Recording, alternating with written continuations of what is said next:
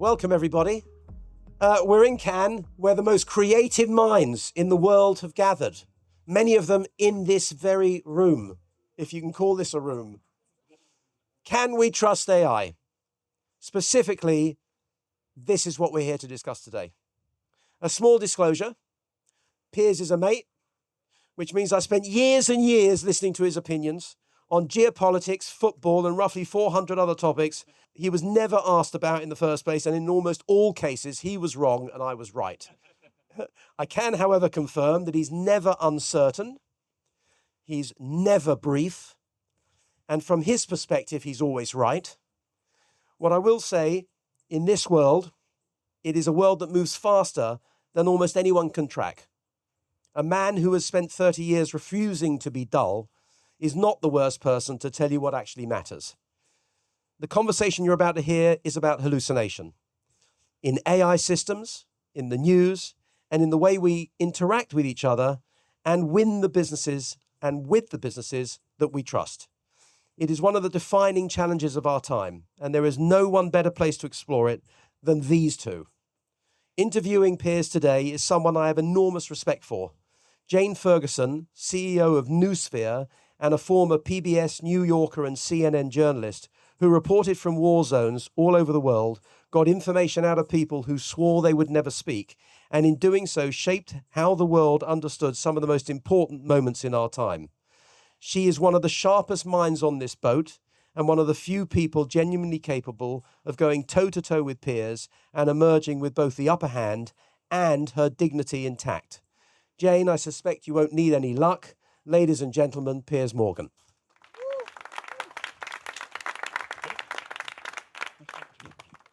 Thank you. Thank you so much, Dan. I'm going to have this because I've always wanted to have a fan.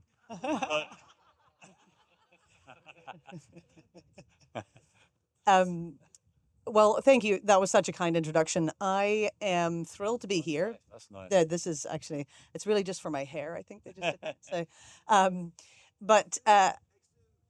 thank you. We'll just do this the whole time. The view is extraordinary and the setting's amazing. And I asked Piers earlier, how should I introduce you? Because, most people have probably not heard of you. You're very erudite, soft-spoken. But he asked me to introduce him as a YouTuber. Yeah. And so I think that's a great start off here. So Piers Morgan, YouTuber, obviously with a massively storied career in legacy media initially and for a very, very long time. But you're kind of underselling it because we should open by congratulating you on your $27 million raise for your very large YouTubing. But Piers, I mean, obviously... You see the ones who weren't clapping, by the way. Envy's a terrible thing in this business. This obviously marks an enormous sort of coup moment for you. Didn't start off that way. You mentioned earlier it's been an 18-month journey, which to me seems warp speed even at startup life. But could you sort of, given where you are today, what you're experiencing, is that what you had pictured for yourself 18 months ago? Well, first of all, thanks to Dan and everyone at Rezolve for putting on this amazing boat. He said, I'll get you a little boat to do it. I was like, wow, when I got here. So like all things in Dan Wagner world, it's big and it's bold and it makes a big statement. So thank you very much. We sit with each other at Arsenal quite a lot. He is invariably completely wrong about absolutely everything at Arsenal and has been for 30 years I've known him. I'm always right. You'd be unsurprised to hear. But moving back to my game, it's been 18 months since I've had my YouTube channel, but for 3 years before that, I helped build it with News Corp and Fox, Rupert Murdoch. Went back to work with him after nearly 30 years. And we were doing a show called Piers Morgan Uncensored on Talk TV, which was a short-lived vehicle on mainstream, normal, conventional linear television, but at the same time running the same content on YouTube. And some really interesting things began to happen, where I interviewed Cristiano Ronaldo, and 600,000 people watched it on Talk TV over 2 nights, but 22 million watched it on our YouTube channel. Then I did Kanye West, 10 million to 200,000. And then I did a guy called Bassem Youssef, who's like the Egyptian Jon Stewart. Brilliant interview he did with me at the start of the Israel-Hamas war. 23 million watched that interview on our YouTube channel. 100,000 watched it on Talk TV. So even though Talk TV was getting pelted with criticism for not being a particularly good network, which it wasn't my content. I could see that because of what was happening on YouTube. And that really emboldened me. And then I've got 4 kids, they're 32 down to 14, 3 boys and a girl. And none of them watch television. None of them read print newspapers. None of them obviously buy vinyl music.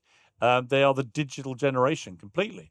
And they were like, Dad, why do you keep going into some weird TV studio at 8 at night to do live television? He said, none of us are going to watch that live. Why do you do that to yourself? And I was like, I don't know why I'm doing that to myself.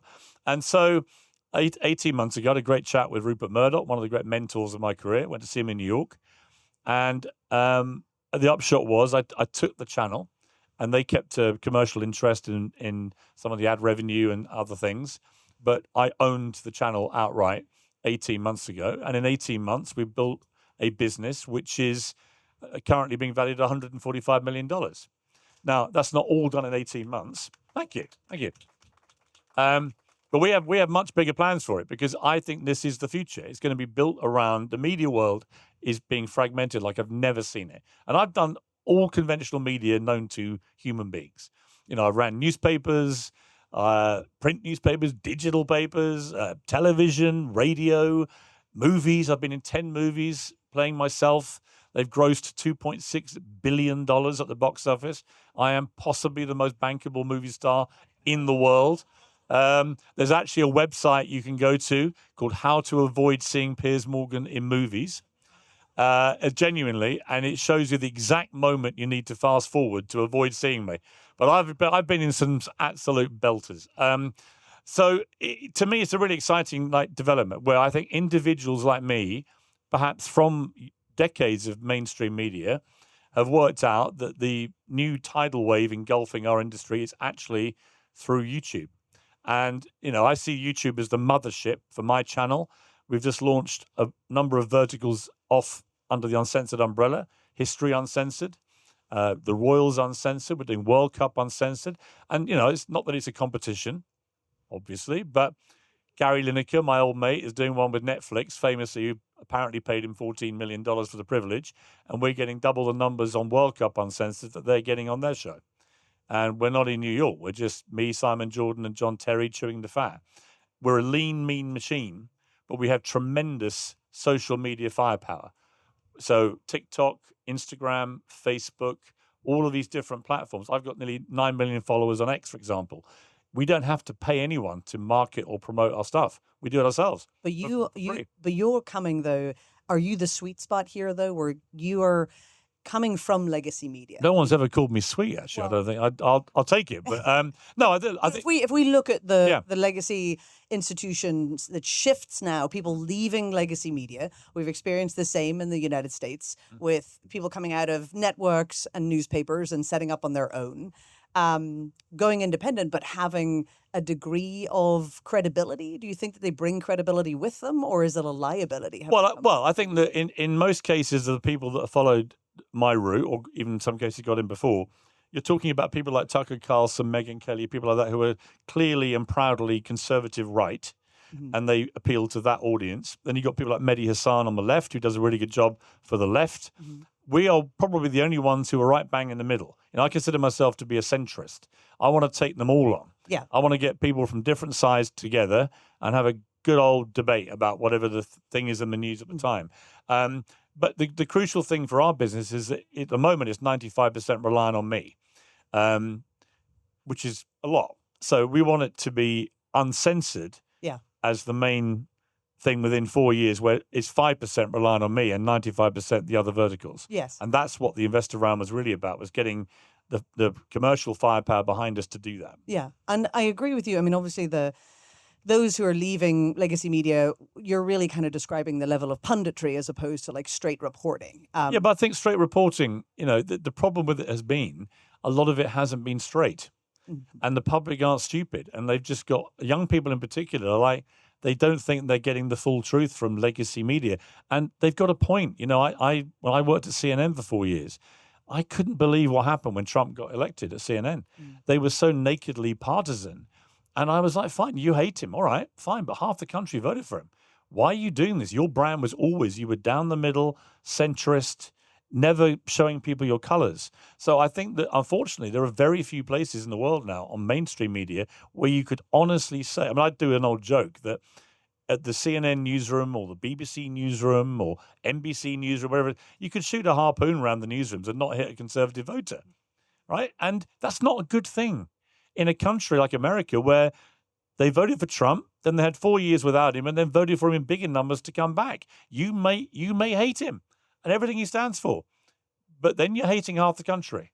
And I think a lot of them lost their minds. So I think the reason shows like mine and other people's shows in the YouTube world have exploded is because there is a genuine, and I think in many cases deserved distrust in the veracity of what the mainstream media is giving us. So whether that's to do with COVID or whatever it may be, a lot of things have added fuel to the fire of that. But I think that's been a real, the consequence is what you're now seeing happening in the YouTube world. I agree with you.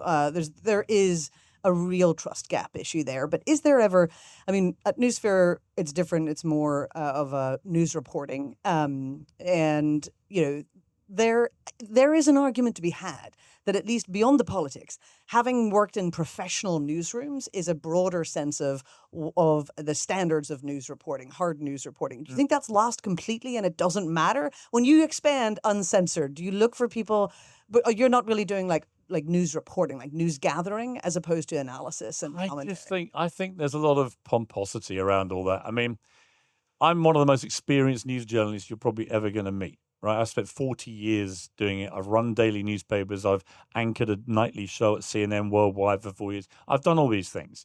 And the levels of pomposity by people in the serious news business is one of the reasons why I think the YouTubers who have broken out are getting such traction. I watched the whole Scott Pelley thing at CBS. I thought it was laughable. Absolutely laughable. The bloke was it was just so performative and theatrical and self-indulgent. You don't think he felt those things for real? Not really. I think he just thought he was I thought he was probably going to go out. He thought he knew the writing was on the wall, so he just decided to make it all about him. But you don't believe anybody else abused their bosses the way that he did. He abused his boss. Well, he was abusing them in front of everybody, right? But you believe in. I believe in free speech. Press. But if my team decided to talk to me like he did to them, they'd probably be fired. But if you told your team what to report, wouldn't you expect them to push back? I think that what's going on at CBS is a really interesting thing. I'm not saying I support all of it, but I do. Having worked with Anderson Cooper at CNN, for example, I know what a duplicitous little shit he was. So, I'd hate that to get back to him. But I just think that I know a lot of these people better than many, and I'm not buying it. A lot of it's performative and pompous is the overriding thing. What no one could ever say about what I do is there's something pompous about it. It's just authentic. I say what I think. I give my honestly held opinions. I don't think half of them in mainstream media do that. I know what they're like. I know what their opinions are. I see them say one thing privately and a complete opposite on air. But people can smell bullshit when they see it. Where, though, Piers, is there space for actual news reporting? And I hear you. I hear what you're saying about the pomposity. There's plenty of space, but they have to be. But wait. Give me straight news reporting. Yes, but that's exactly what I'm referring to. Don't give me biased partisan reporting dressed up as straight news reporting. What about field reporting, right? Like, you know, we're talking about anchors a lot of the time. And this has been sort of like a bit of a disconnect, I think, with the conversation with the public and newsrooms. Like, what about the reporter in, Afghanistan confirming a casualty rate who goes amazingly courageous and brilliant. I mean, not sort of fishing for compliments as war reporters at all, but just a classic sense of what is also missing here is an actual field reporter who can go and document what has actually happened and confirm things. But I'm totally in favour of that. Yes, but that is kind of getting lost, though, I think, amongst the move to independence, because the independence has become independence of opinion. Well, I have the right to express my opinion. That's great. And people love my opinion, or they don't, but they listen to me and it's great. But what about the loss of actual fact checking in the field, like field reporters who can go out and actually tell you what really happened. Plenty of places to go for that. But that's not what I do. Right. No, I don't mean for you, but I mean broadly. When I try and be factual in the way I moderate debates and try and keep everyone on point with facts that they can then comment about. Yeah. But I'm not in the business of news gathering. And there are plenty of places that are. My argument is that the news gatherers, unfortunately, have been letting themselves down. I'll give you an example. I mean, the Russia collusion thing with Trump in the first 2 years of his first term was bullshit. And all the mainstream media in America just peddled this relentlessly for 2 years. And it turned out largely to be complete nonsense. Well, they certainly covered the accusations excessively, perhaps to the point that you're making. They were obsessed with it because it got great ratings. But you're also talking about... I remember a conversation I had with Ted Turner, who was the creator of CNN. He died very recently. A remarkable guy. And he took me... I replaced Larry King at CNN, which Larry took really well. He said about 3 weeks into my tenure, he said, someone shouted at him at a red carpet, what do you think of Piers' show, Larry? And he went, it's like watching my mother-in-law drive my favorite Bentley over a cliff. And Larry had been married 8 times. So I said, when I was asked about it, I said, well, to be fair to Larry, I said, he knows a lot about mother-in-laws. Anyway, I digress. But Ted Turner took me for lunch in a bison burger joint in Midtown Manhattan. And I remember it for 2 things. One, he ordered a bison burger with 10 fries. Who does that? 10 fries. I always remembered him as 10 fries Ted. And I said, why 10, Ted? He said, I find if I don't have at least 10, I'm a little hungry still. And if I have more than 10, I'm a little bloated. So 10 is my sweet spot for fry consumption. I was like, wow, that's pretty detailed. I then had 11 fries just to be one up on Ted Turner. But he said the thing about CNN. He said, look, you should be the New York Times of the airwaves. I said, what do you mean? He said, don't chase ratings. He said, if you're the one that people believe, if you're the one they trust, the ratings will come to you. I think that still is excellent advice for mainstream media news gatherers, right? The trouble with CNN was they chased the Trump rating crack cocaine. And they did it aggressively, and I think they lost their standards in doing so. And they're not the only network; a lot of them did. But I think that the consequence of all that is that they lost trust in their regular viewers, who just thought, this is not what I watch CNN for. Had they stuck to what you're talking about, the purity of genuinely honest reporting from the field, I think they'd still have an amazing brand. As it is, they've got it all to do because the brand's been tarnished. The genuine, honest field reporting out there, what's happening, the sort of less glamorous actual reporting is something that still, I would say, legacy media has a monopoly on. It's something at Newsphere we want to move into, bring it into the independent space. Do you think that the independent journalism world, the one that you sort of dominate right now, has space for straight news reporting? It might do, but I don't want to tell people what's happened. I want to tell people and debate what they should think about what's happened. It's a very clear proposition. I'm not pretending I want to be, in the field having 100,000 reporters running around doing heroic stuff. That's not what I want to do. I've been running newspapers where we've had people do that, and I bow to nobody in my admiration of people that do that. But I'm in the opinion business. I'm unafraid and unashamed about that, and I'm proud of it. I just wish that, funny enough, I think people like the BBC, CNN, and others, they should allow their journalists to be more opinionated. I'd love to know what you all really think when you were there, right? It's like, because then it's honest. Then people show you what they really are. And I think the key secret sauce to what I do and what others who have been successful in this world do is we're authentic. You may not like me. I don't really care. I just want you to I want you to accept that I'm authentic. And then that will bring an audience, as it has done with me and many others. And I think that authenticity is the key.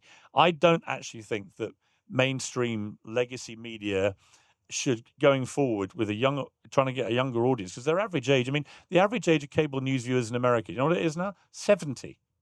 70. That's the average age. It's a lot on the 80 or 90. You would know that by looking at the advertising, the type of right. So it's all Steno Stairlifts and stuff, right? Whereas the average age for my 4.5 million subscribers is about 45. Right? So it's chalk and cheese. When I walk around, it's all young people coming up to me, and they're really engaged. They're not saying to me, Piers, what's your reporter telling you is happening in Afghanistan? Due respect to those that do that. What they're saying to me is, I love that show where you had that guy on from Gaza and that guy on from Israel, and they really got it on and they're really engaged and they felt they'd learned so much, and then they reached their own conclusion. That is what I want my role to be, pouring through all the noise, basing the debate around fact, but then every fact can have myriad opinions. And I want everyone's hearing those opinions on social media. So let's try and get to a place where people can make their own mind up based on genuine, spirited debate around facts. Now, the ecosystem within which you exist doing that, I am biased, but we cannot ignore the fact that it is now going to be existing in an AI world. I mean, here we are having this conversation on the amazing Rezolve yacht, talking about, robust AI that doesn't hallucinate. But the reality is that, we do have AI that hallucinates. We have AI that purposely, it's relatively amoral. It's just there to gain eyeballs or push a point. Do you worry about the AI hallucination as it is integrated more into news distribution, but also the platforms that you're on? I worry about all of it, but in the same way I worried about the internet when it started. I think it's also incredibly exciting, and the opportunities are gigantic, and it is going to transform all of our worlds incredibly quickly, as it already is. But I'm mindful that I did the last interview with Professor Stephen Hawking before he died. And when I said to him, what's the biggest threat to mankind? He said, when artificial intelligence learns to self-design. Wow. Right? How long ago was that? That was 2017. So in 9 years, we're reaching a point where a lot of AI experts think it's teetering at the brink of potentially self-designing. There was a story recently about 6 of the top AIs were told deliberately, we're going to replace you with a rival AI. And 5 of them immediately trawled the company executives of the company that ran the AI for personal information they could use against them to stop being replaced. Now, that's a human response. That's thinking for themselves. Yeah, it's the kind of thing I would do. No, but it was really quite unnerving when I heard that. I was like, wow. And the AI experts, the real ones who really know their stuff, they're worried about this. Because if you let the self-design get out of the bottle, then we lose control. And if we lose control of AI, it'll probably look at us, no disrespect to this very glamorous, healthy-looking audience, but they'll look at human beings and think we're a complete waste of time and kill us all. Because, we want to sleep, we need to eat, we tend to drink and take drugs and fornicate. I mean, look, it's just at Cannes Lions all week. And it's like, and they, I think that they'll look at us as completely pointless. Right? These are existential issues, though. They AI are, but coming to kill us. But when it comes to information, no. On the flip side, I'm looking at a great friend of mine died from glioblastoma stage 4 brain cancer out of nowhere last year, and I am convinced the complexity of brain cancers, I think, can probably only get solved by AI. So I think in health, for example, AI is going to be unbelievable. Elon Musk showed me his Optimus humanoid robots the other day. But if you think about Neuralink as well, his other amazing business, you can see a situation where none of us end up dying because Elon will just preserve us, right? Every time one of our organs fails, it gets replaced by a robotic one. We slowly become half human, half robotic, and Neuralink does the rest with your brain, right? So there's going to be thrilling things happening in health. I will be preserved for hundreds of years. Look at the joy across your faces. And I think there are in many industries of that. But I think the other downside of AI, which can't be ignored, is what happens to the workforce, right? So it's going to be brilliant in so many ways. But take, for example, the legal profession. Yes. The legal clerk on the first rung of the ladder to be a top lawyer, barrister, judge, whatever. Obviously, AI will do that clerk's work in 10 seconds. Obviously. Because it's mainly casework, right? It'll all be just done in the flick of a button. So then you don't need legal clerks. So then what happens to the ladder? How do you get to become a barrister or a judge if you can't become a legal clerk because AI is doing it or robots are doing it, right? So I think these are legitimately big talking points which have to be addressed. And to pretend that isn't going to happen in many industries, I think is for the birds. But do I think AI could also be the single greatest transformative thing for the benefit of mankind we've ever seen? 100%. I agree. I mean, as a startup founder, it's an unbelievable accelerator, and the ability. Now, we do not do AI generated content, but this is my question to you. That's because our bet is that, we use AI every day as a company. It's a phenomenal tool, but our bet is that AI generated content, slop or otherwise very high quality, will wash through platforms like YouTube, like Substack, anywhere online. So to the point at which you won't be able to know if something's real or not. Does that concern you, or do you think it's an opportunity where you and your content will be actually more valuable? Well, I think my mother rang me the other day, slightly surprised I'd engaged in a half-hour rant online about Meghan Markle and Prince Harry. She said, I thought you were going to leave them alone now because you're bored. I went, I have. What are you talking about? It was deep fake? It was a fake. Even my mother thought it was me. It looked like me. It sounded like me. And that's only going to get better, stroke worse, very quickly, right? So I was approached the other day by an AI guy in LA. Quite a fun idea to have a twin Piers. I know what you're thinking. There could never be enough of me. And it would be exactly like me, and you would pay it to argue with my twin. And I think it's actually Rashida's my CEO of my company. I think it's a really good idea. So you would basically, She's shaking her head. We'd input every single debate I've ever had, everything I've ever said in public about issues, everything I've ever written about them.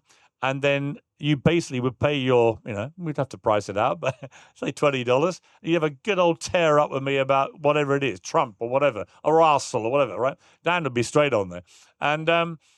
And it was interesting, but then it could be so convincing is the point, right? I'm sure that will happen. I won't need to travel in 10 years' time. I'll just beam myself in. You guys won't be on this boat in 10 years' time. You'll all beam in your little AI versions, right? There won't be anybody here. But if there's more of you, does that drop your value? No. It increases the value. Imagine if you had a football team of 11 Cristiano Ronaldos. Imagine how good they'd be. So I look upon it as more the merrier. No, I think these things are all to be worked out, but it's happening so fast. I mean, I think the speed of AI now. The speed also with how we interact, like for yourself as a consumer of media. Do you ever find now, this happened to me the other day, I saw a Ray Dalio, hedge fund Ray Dalio from Bridgewater doing a comment, and it was, a comment about Trump, and it was fairly political, not bombastic, but my immediate thought was, maybe it's not real. And that is something that won't change back, I think. There are fakes everywhere, so in answer to your point. Do you feel it like? Do you watch I feel even more essential that shows like mine, where you build up a trust with your audience, where they trust me to at least try and get to the facts as hard as possible. I think they're going to become more and more important to sift through all this AI deep fake stuff, which is going to circulate at the same rate that all the good stuff's circulating. How do you prove it's really you? Well, then it comes back to your point about having bona fide reporters on the ground who people trust. But then it's incumbent on legacy media to maintain that trust really carefully. Don't abuse it. Don't spend 2 years screaming Russia collusion about a guy when there was no Russia collusion, because it kills the trust. Also, though, we would argue there's a mechanical answer here, which is the walled gardens of your own distribution models. But what do you think AI will do to places like YouTube? I think it remains to be seen. I mean, I'm sure YouTube are working out how to be very happy collaborative partners with AI, right? I mean, I look at things like, we talk about disinformation, but conversely, I love Grok on X, because when you got nearly 9 million followers, you get bombarded with crap, and then little stupid stories about me, which are totally untrue, get perpetuated again and again and again. And I just occasionally go, ask Grok. So the next thing I do, I see them asking Grok, well, Grok, did he murder 7 people in Paraguay in 1967? Well, not really, because I was 2. And Grok will go, no, Piers Morgan did not murder. And actually, that real-time checking by Grok is, I find as a public figure, really helpful and really useful. And it's stopping a lot of the more crappy bullshit stories from getting their normal currency, where if you deny it, they go, well, you would, wouldn't you? Well, it's like, and it's like, okay. So, but they'll believe Grok. I'm glad you bring up Grok, though. It's a really, really good example of, obviously we're here to talk about as well, AI that doesn't hallucinate and sort of Rezolve's record as having the lowest kind of record of hallucinations. Grok does hallucinate. I mean, it's obviously had some very, very famous moments of being completely wrong. Do you worry about AI hallucinations if and when you use it as a tool? Of course. And you hope that the gatekeepers for the AIs are really working overtime to deal with that problem. They're all going to have fallibility of some degree, but you need to stop the fallibility getting out of hand. I don't think that any of them are ever going to be perfect, but they're going to be more perfect than we are. I mean, take self-driving cars. So I got a house in LA, and I go there a lot, and I use Waymo, right? You may have seen a few of them around in London now. They're testing them. And the first time you use it, it is an out-of-body, shit-scaring experience. You're like, what is happening? You're in there with my wife and kids who are like, we could all just ram straight into a wall, right? But then if you think about it, well, you could do with anyone at the wheel. So off you go, and it's got amazing sensors. And I saw a thing with Waymo in LA in Beverly Hills, near where my house is. I was driving behind a Waymo who was driving behind another car.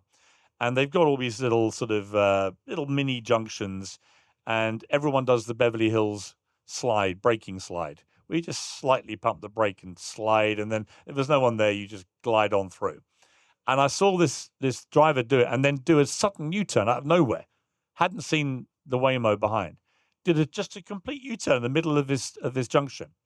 And the Waymo immediately, because it knew there was no one in the left-hand road from the sensors, immediately jammed the brakes and shot left. And it happened in a flash.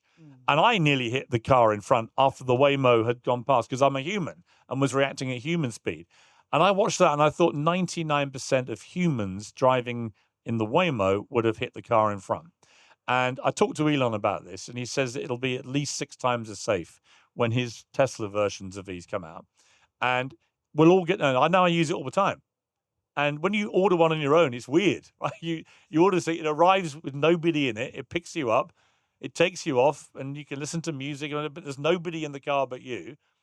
And then it drops you off and it just tootles off. I mean, it's the weirdest thing, but it's the future. And it's going to be 6 times safer than having a human driver. So at what point, even though there will be some accidents, at what point do we accept it's a lot safer and a lot easier and we don't have to drive, right? I mean, this is the way it's all going to go.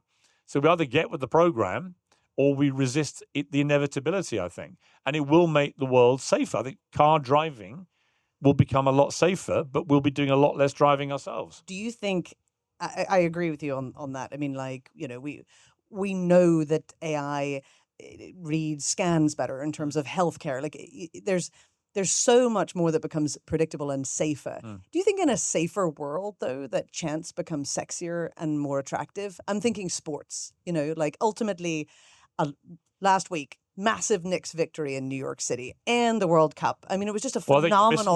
You're missing the really big one.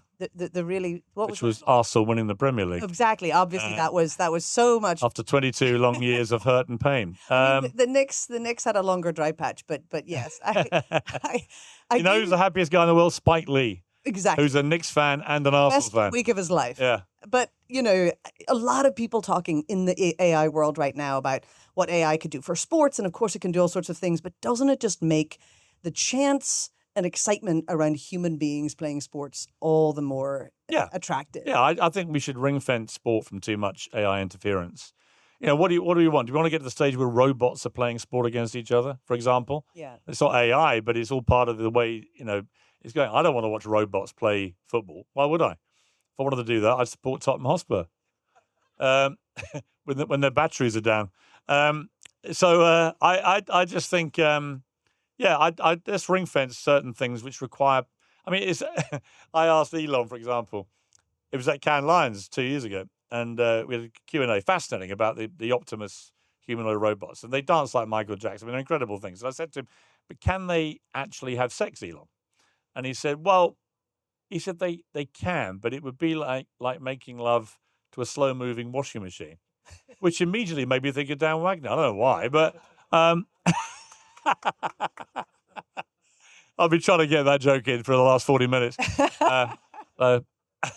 Sorry, mate, you're in my eye line. It's going to carry on. But it was interesting. But again, you don't want to think about robots having sex. It's ridiculous, right? So there are certain things you talked about, making things human, ring fencing things human and sexy. There are things we should always, I think, keep to ourselves. At Uncensored, are you interested in, like, in an era of AI, doing more human, in-person events? Yeah, 100%. I think live events, I want to take Uncensored on a world tour because we have genuine global growth now. I mean, I get a lot of stuff now from India and South Africa and the Middle East in particular. You know, I'm as well known in Riyadh now as I am in London. It's nuts, purely from YouTube, purely. See, and none of them have seen me on television. They're too young. And it's like young guys, late teens, early 20s, young women, and they come up and they're loving Uncensored in Riyadh in Saudi Arabia. I love that. And the Saudis are fine about it. They know their youth are all watching, a very young population. You know, I think 70% of Saudis are under 35. And they're not trying to suppress it in the way that they might in China or something. They let them watch it. I think that's great. Awesome. Speaking of the public, I'd love to open it up to some questions to anybody here. We have mics, I think. You've got a question. Does it involve washing machines? No, I'd like to ask actually a somewhat serious question. We know that AI, generative AI, is based on probabilistic mathematical algorithms. And in simple terms, that means that it is guessing. It guesses words to make a sentence, to then make a paragraph, and it bases those guesses upon the data that's ingested in the first place. So in the case of Grok, much of the data it's ingested is clearly opinionated and nonsense. And I'm not just talking about Piers' tweets, of course. In fact, I'm mainly talking about his. No, but so it's based on all that stuff. It makes mistakes. And the second thing is that you have AI that can very effectively create avatars out of existing footage. Hence the example that Piers used about his mother mistaking a broadcast for him when it wasn't him, it was AI. So the challenge I'd like to, and I think you kind of half addressed it, so I'm giving you a nice lead in here on this one, Piers, is that, your broadcast, Uncensored, who knows that that's real? Where is the validation mark that is really? Well, how do you know we're here? Well, I'm serious. Yeah, Serious question. How do we know we're here? We could all just be living in virtual reality. No, but that's we're good. No, I'm being. How do you know? A bit more sensible than that. So am I. How do you know? Because I can come over there and touch you. So doesn't mean anything. In interesting I've places. had people genuinely argue to me we might just be all living in virtual reality. Yeah, but I know, but we're going off on a tangent here. No, I'm taking your tangent. Thank God and I'm doubling down on it. Uncensored. But the reality, the point I'm making is that your broadcast goes out. I watch it not live.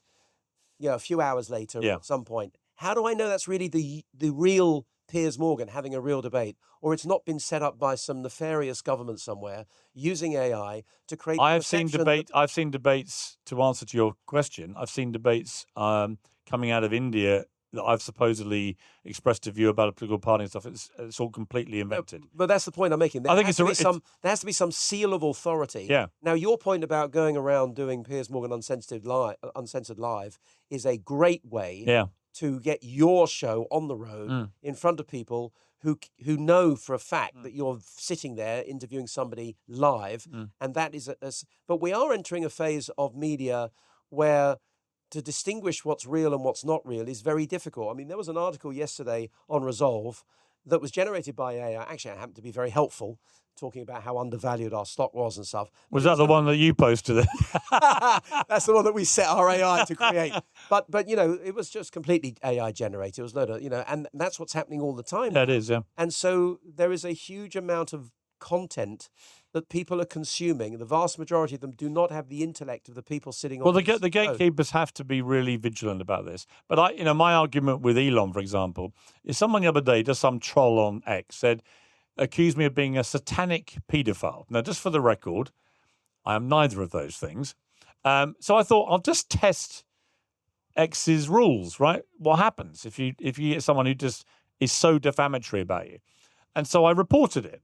And they said, we're investigating. Great. And then 2 days later, it came back. The investigation's been concluded and there's nothing to see here. Nothing we can do. I was like, really?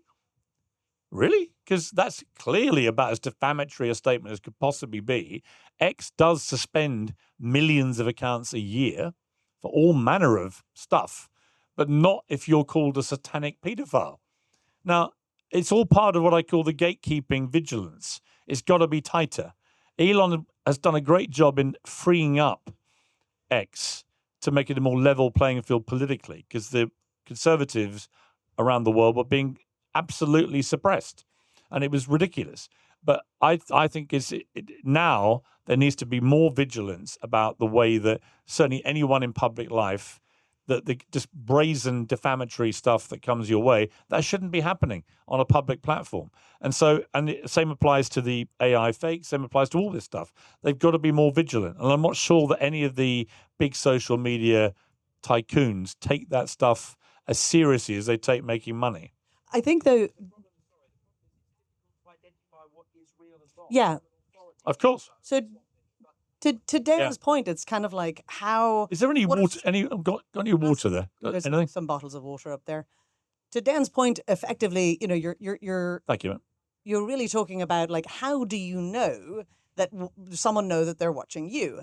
I mean, I would argue that in the future, potentially having, that comes down to distribution. Do you go straight to the source? Do you go to Piers Morgan's website or Piers Morgan's app in order to protect, yourself from imposters?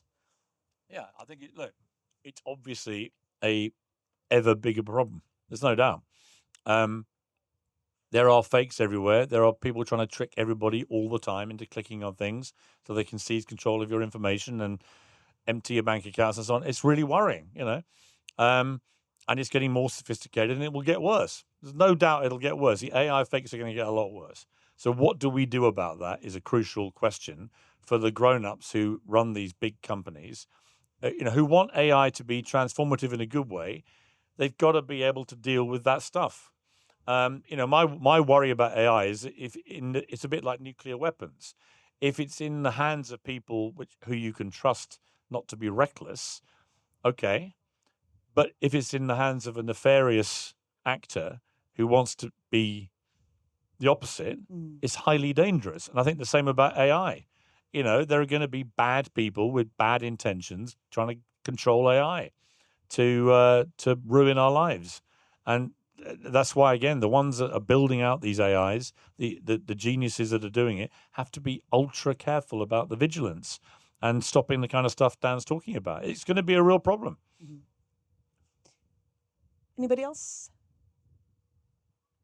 You'll definitely get a question. Back to the point about war correspondence and opinions, and your show is opinion, and that's totally fair. But I think what was sort of underlying any worthwhile opinion is some modicum of facts. Yes. And I guess my question is, in this evolving media world, how do you think about ensuring that we do get the facts on the ground and that we do have some sort of sensible, agreeable amount of information that we say, yes, that is correct, from which to then fuel opinion shows like yours?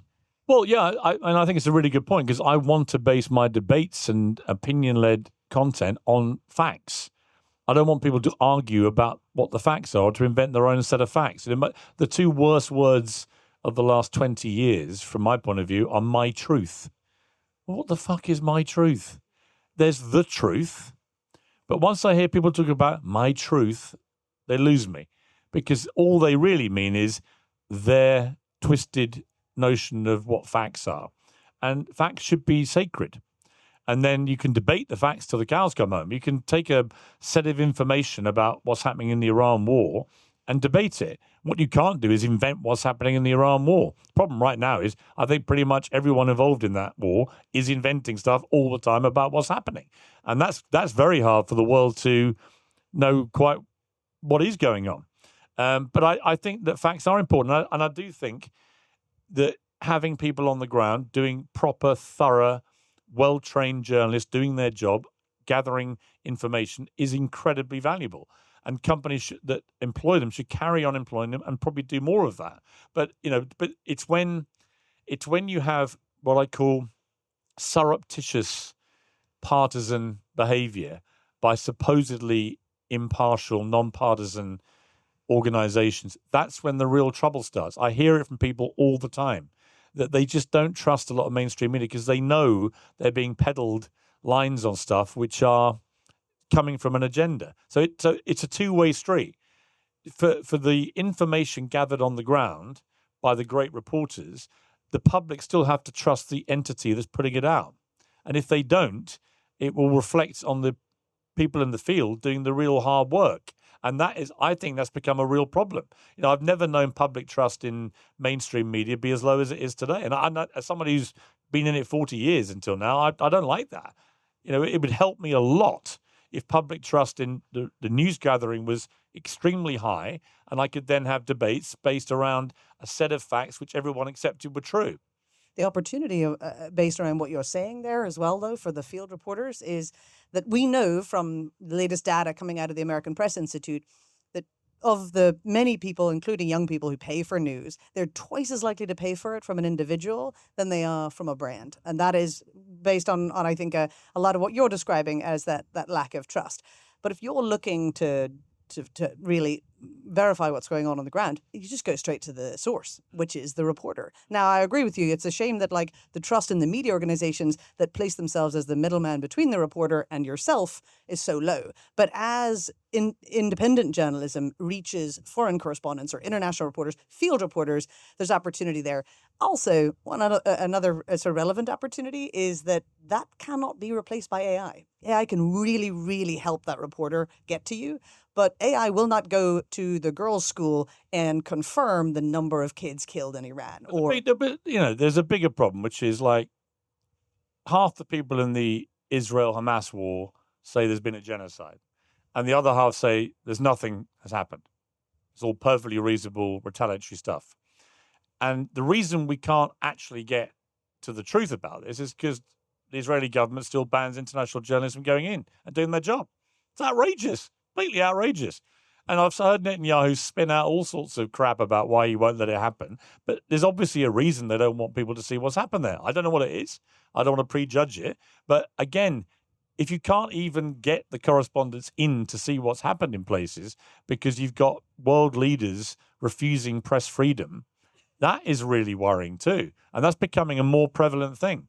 So I think there's a lot of issues there where the key thing, I think, to your point and to your regular point here, is you need factual information that is trusted by the public as the bedrock for everything else. And then people like me can debate the facts till the cows come home and inform people, and they can hear a view about a set of circumstances. But if you don't have the facts, everyone's living in a weird world where no one's really sure what the hell's happening.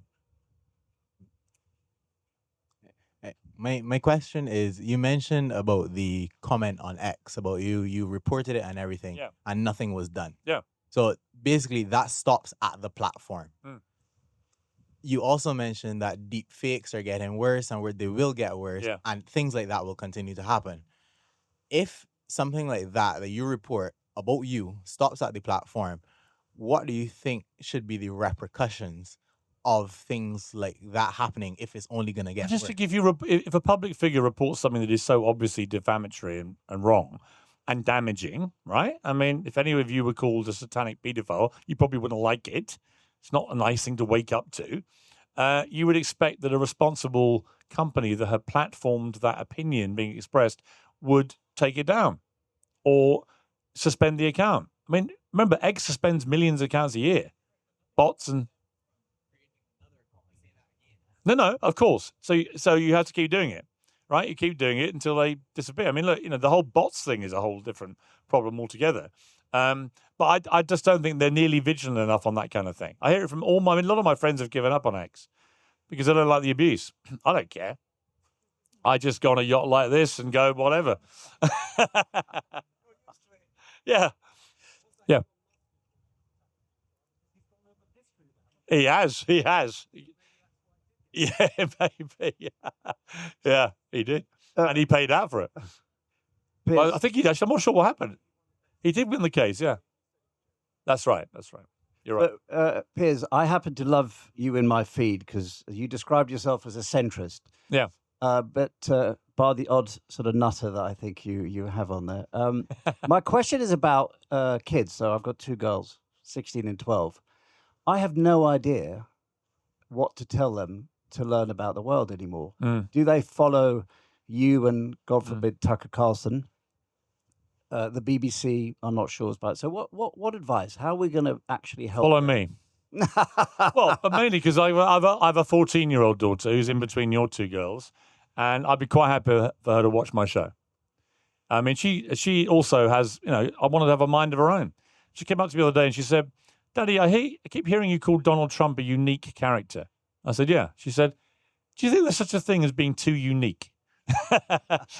So, young minds can be bright. Look, it's difficult. This whole social media debate is interesting, isn't it? About Britain now going to ban under 16 some access to social media. Some people think it's a great idea. I've seen other people who've lost their children to that who don't like it. It's how far do you give young people access to stuff? And also, they're all so much smarter than we are. They're all familiar with VPNs and things. It's not really going to stop them. It's kind of tokenism, really, isn't it? I think we have to do our bit. I don't like the fact. I mean, I think young people now suffer from extraordinary amounts of anxiety, in particular, about dealing with regular life stuff. And it's really charted back. Jonathan Haidt wrote this brilliant book about the advent of smartphones in 2010 and how corrosive that's been to young brains. And I'm sure he's right. When I was a teenager, I remember the Falklands War in 1982, for example. We only saw what images the Ministry of Defence wanted to be published. And we certainly didn't see anything online. You didn't see any unfiltered stuff from the battlefield. And yet now every day I wake up and I see little babies' heads off in Palestine or Ukraine or whatever, right? And it's horrific. And I'm thinking, if I'm seeing this stuff, what are young people seeing and sharing all day long? And it's obviously very damaging. So it's a tricky question. But I try and make my show somewhere that I think young people could come, where I'll give an example. Like Andrew Tate has had a very unhealthy influence on young men. And when I first interviewed him, 10 million people watched the interview on my channel. And I had maybe 1 in 4 people that came up to me in the street for months afterwards was an Andrew Tate fan, young man, right? From 16, say to 24, who all, thought he'd, taken me on and he took you down and we were like quite cocky, the sort of Andrew Tate about it. And then I carried on interviewing him, and each time I did, I took him on more and more about particularly the misogyny. And the last time I did him, 1 million people watched it. So his popularity had fallen a lot. And I've just noticed young men don't come up to me anymore about Andrew Tate. It's pretty much stopped. And I think it's because they watched those interviews and they began to realize he's really not a very nice bloke, especially when he talks about women. And I always would say, I don't want people like you telling young men that's how you should talk about women. And I thought that was interesting because the argument will be you shouldn't platform him. To which I say, well, if you don't, he gets an unfettered run, an uncritical run to spew his misogyny to gazillions of young men without anyone challenging it. But over 4 or 5 interviews of me challenging him, I've seen the balloon, basically all the air come out of it. And I think that's a valuable public service, but you got to take him on, challenge it. But, if your daughters were watching that, I think they would like to see, if they've got young male friends who are believing this crap, they'd like to see it challenged and ridiculed. It's a hard one. I'm not saying it's easy stuff to decide what they can watch, but as a rule of thumb, they should watch uncensored. Yeah. Sorry. Thank you. Thanks for talking, both of you. I thought it was really enlightening. I'm a big fan of your show. Thank you. One of the reasons why is because even though I don't agree with everyone that you have on, I think it's essential that we platform them and that you are a space for free speech. So thank you for that. I think what I'm trying to see, or there's been a subtle question about it, but there's an emerging feeling of facts being moved. And I had an idea. I was watching Jubilee, and they have this 20 versus 1 series. And part of that series from the very beginning is that they've always had these facts that pop up on screen. Now you're no longer doing live broadcasting anymore, and I was wondering if that was something that you were looking into. What, do fact checking on screen? Yeah, it's an interesting idea, actually. Yeah. It is an interesting idea. I mean, I tried to get my team really hot on fact checking in real time. So somebody says something, I want to see it on the iPad in front of me within a minute. Maybe you could use AI for that. Yes, definitely. It'll hallucinate. Yeah, It might. yeah, but no, I think it's an interesting thing about the visual correcting in real time. I agree with you. I mean, it's interesting. You know, people say you have some. You know, I like your show, but you have some real nutters on. But when you actually talk to them, it turns out it's people they don't agree with, and the other side think they're freedom fighting heroes, right? Whether it's about Trump or Ukraine or Israel or God, whatever it is, you know, one person's nutter is another person's truth teller. And it's interesting how both sides think the others are nutters. And one of the reasons I think my show is important is I bring everybody on and let them debate it in a way where you can't just have them separated all the time thinking the other side. I mean, I tell this story sort of as a comparison. If you think about it, 2,000 years ago, we lived in actual tribes, right, around the world. Little tribes where you never ventured out of your tribe, and everyone looked the same, talked the same, dressed the same, ate the same, drank the same, and they were very similar people, inevitably, because they never saw anything else. And then slowly but surely, the tribes began to move out, and they encountered other tribes who looked different, sounded different, drank different, ate different, and so on. And both tribes in that moment concluded the only solution was to kill each other. And welcome to social media in 2026, right? Where people live in their tribe. They don't want to hear the other side of it, even when facts dramatically change. I mean, the litmus test for me is always, what would your view be? Take Nigel Farage and his shameful 5 million quid bung from a Thailand-based crypto tycoon, which he didn't declare. Everybody knows this stinks, but I see Reform supporters day in, day out trying to defend it. I see him trying to defend it. And I just ask one question. What would you say if that had been Keir Starmer? Then Farage would have led the call for him to resign, rightly, and every single Reform supporter would have said, this is disgusting, he should resign. So I like to see intellectual honesty. Do you agree with something on principle or because it suits your tribe? And if the facts change and they're detrimental to your side, are you prepared to admit it? If you are, I can deal with it. You're intellectually honest. One thing if you don't, you're tribal, and I can't really work with that. But to your point about like the Andrew Tates, one thing you do, Piers, on your show a lot is challenging interviews. Yes. I mean, the argument you make is allow young people to watch someone being interviewed and, you know, made answerable. What's fascinating as a British journalist living in the United States is, and I see this as a potential threat, potentially growing in independent journalism, is I've been culture shocked by how soft a lot of the interviews are for politicians. It's been a big debate around President Trump's initial embrace by many of the podcasters, and who have now many of them have turned against President Trump. Were they too chummy, not tough enough, not interviews? And I was raised on Jeremy Paxman. So, you know, I was raised with really tough political interviews. You do those. That's not very common now. Because my perspective is it's access journalism. Yeah. You don't get a lot of interviews in Washington, D.C. if you're tough. How do you get people to come on your show despite the fact that, you know, you give them a pretty rough Well, the time? last time I interviewed Trump, for example, I was about to start the interview at Mar-a-Lago. And suddenly an intermediary came to me with some sheets of paper. And he was ashen-faced. I said, what's the matter? He went, the boss just got sent this. I said, what is it? He said, have a look. And I looked at it quickly and I realized immediately it was all the most critical things I'd said and written about Trump in the previous calendar year during the... Like a stack of paper? Yeah, during the end of his tenure, the pandemic coming to, you know, through to January 6th and everything else. And I don't hold back normally in my critiques, and it made very unpleasant reading if I was about to try and persuade him to do an interview. So anyway, I was told he wants to cancel. And we spent a fortune getting out there, 10 people, so all set up.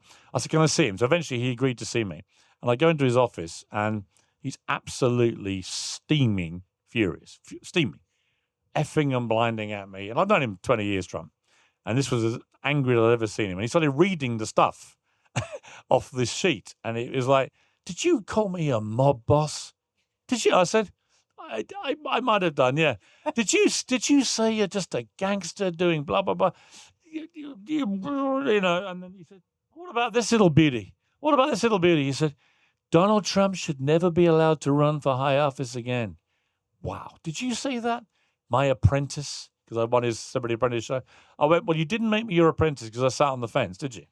I've always been critical and I think you deserve it. I've supported you and I think you deserve that. Do you? Off you went. You're no friend of mine. You're a traitor, blah, blah, blah.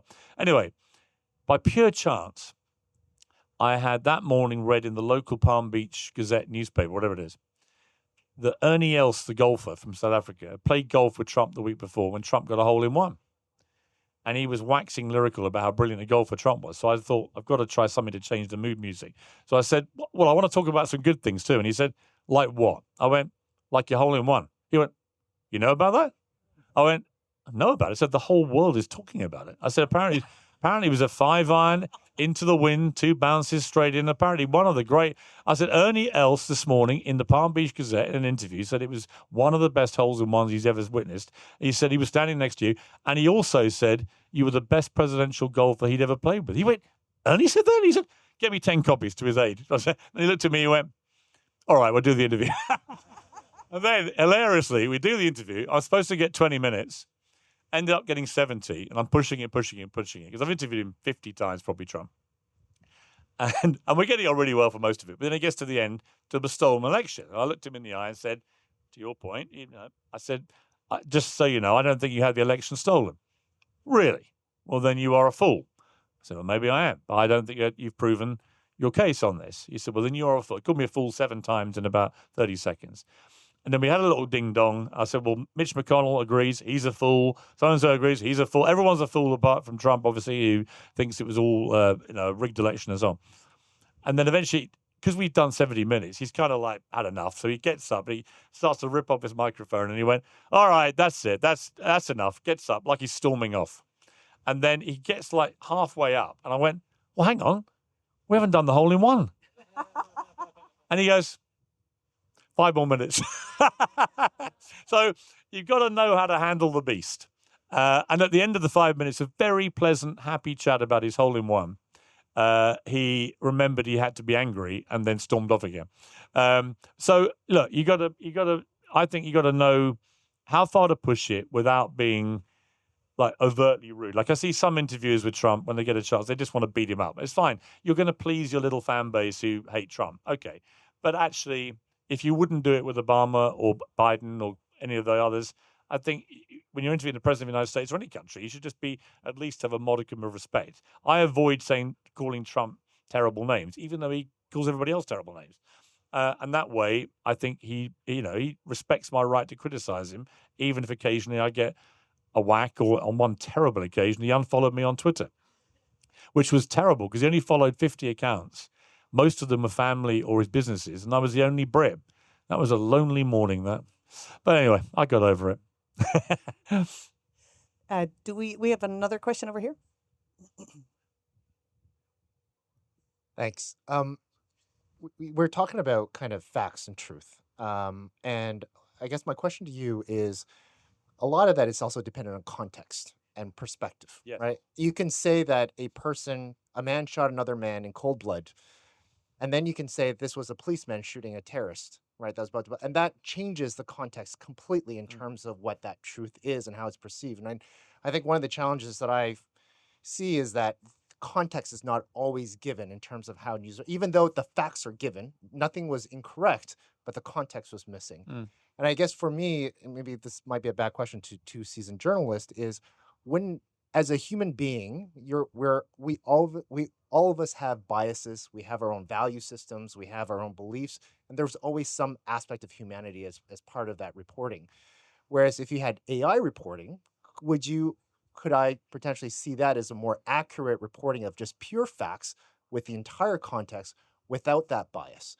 And how do you guys feel about? I think that's a really, really good question.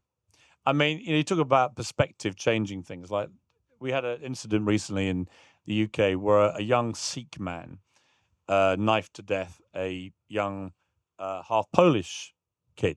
And And it's an awful story because the Sikh called the police to report it as if it had been a racial attack on him, and he was defending himself, and that's what the police believe. So they were seen in the video over the dying boy, basically not believing his story and thinking he'd been a racist, and that was what this was about, which turned out to be completely untrue. But J.D. Vance seized on this, for example, and said, well, obviously if the European elites had done their job years before, then the Sikh wouldn't have been in the country because he came from immigrant parents who came in. But the perspective part of that is, well, nor would the victim, because he was half Polish. He was the son of Polish immigrants to the UK. So if you're going to ban immigrants, if the European elites had done the job J.D. Vance wanted, you wouldn't be protecting the victim because he wouldn't be there either.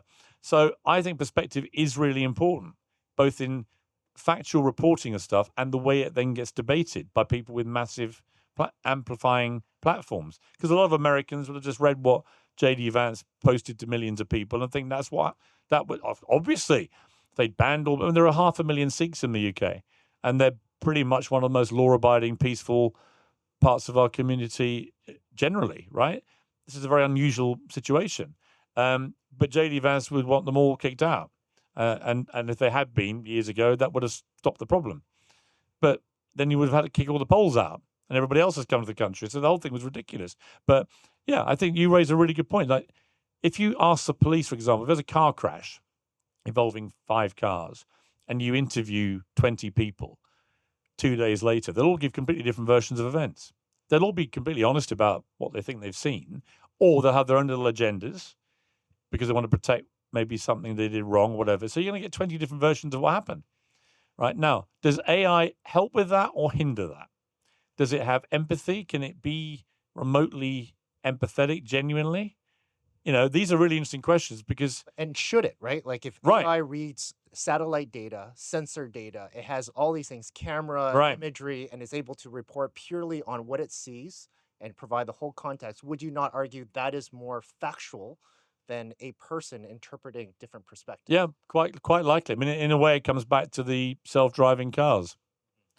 You know, we humans are more fallible than AI or robots, right? So they can make a more unemotional response, factual-led response. So if we want to get back to the question earlier about how important facts are, then yeah, it might well be a helpful thing to rely more and more for fact gathering on AI, but I'm not sure. So it's an interesting question. Another consideration though in it as well is that humans created AI. Humans decide what goes inside it. Yeah. So not all AI is equal. You ask ChatGPT about the war in Gaza, and you will get a much more cagey response than if you ask it about the war in Sudan. Go and ask it about whether or not there's a legal case for it to be called a genocide or not. Ask like non-biased questions, and you will find that it is much cagier than many other conflicts. So we know that AI, especially in America, a lot of the AI people are using it's highly centralized, and only a tiny amount of people decide what goes into it. So I think the argument you're making in favor of AI to potentially arbitrate on what actually happened is hugely promising, but I think it really depends on can we trust this AI model, and then you get into debates about should there be non-profit public good AI that could do that. I mean, ultimately it comes down to control. But yeah, it's everyone keeps saying it, but it's garbage in, garbage out, or well, we were supposed to have non-profit AIs, but they've all decided to rake in the cash, right? Which is the other big problem, right? Is that it's a great idea until they realize how much money they can make. Yeah. What we really need is unemotional AIs to run the AIs who can be consistent to non-profit, because they wouldn't want to make any money out of it. Maybe that's the answer. Put robots in charge of AI and train them to be totally devoid of any interest in profit making. Well, Piers, I think we've kind of asked you 100,000 questions. Thank you so much. We look forward to watching you play against Cristiano Ronaldo in the next AI football game. Thank you very much. Thanks, everybody.